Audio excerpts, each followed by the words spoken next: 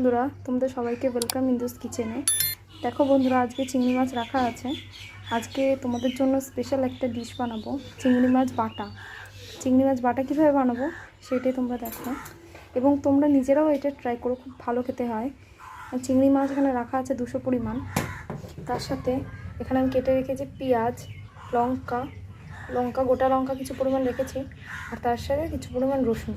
খুব সামান্য ইনগ্রেডিয়েন্টস দিয়ে এই চিংড়ি মাছ বাটাটা তৈরি হয়ে যায়, খুবই সুন্দর লাগে। এটা কীভাবে তৈরি করবো সেটাই তোমরা দেখো।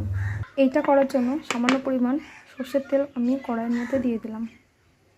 এটা কিন্তু খুব টেস্টফুল একটা ডিশ, গরম ভাতের সাথে কিন্তু অসাধারণ খেতে লাগে। 3 চামচ পরিমাণ সর্ষের তেল আমি এখানে দিয়ে দিলাম। দেখো, এবার তেলটার মধ্যে আমি পেঁয়াজ, কাঁচা লঙ্কা আর রসুন যা আমি রেখেছি মানে মাছটাতে বাটবো বলে, সেটা সম্পূর্ণ তেলটার মধ্যে আমি দিয়ে দিলাম। তেলটা দিয়ে খুব ভালো করে নাড়াচাড়া করে নিতে হবে, খুব ভালো করে ভাজা ভাজা করে নিতে হবে। দেখো বন্ধুরা, চিংড়ি মাছটাকে তো আমি ভালো করে ছাড়িয়ে ধুয়ে রেখে দিয়েছি। এবার এই পেঁয়াজ, রসুন, লঙ্কা ভাজার মধ্যে চিংড়ি মাছগুলো আমি ভালো করে দিয়ে দেবো।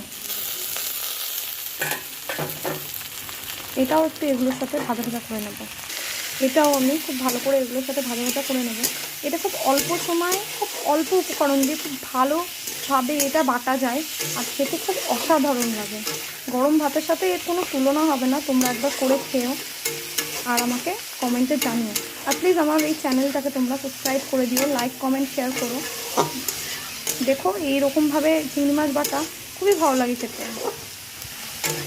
এবার এর মধ্যে শুধু আমি 1/2 চামচ পরিমাণ লবণ অ্যাড করে দিলাম। এর মধ্যে আর কোনো মশলা যাবে না।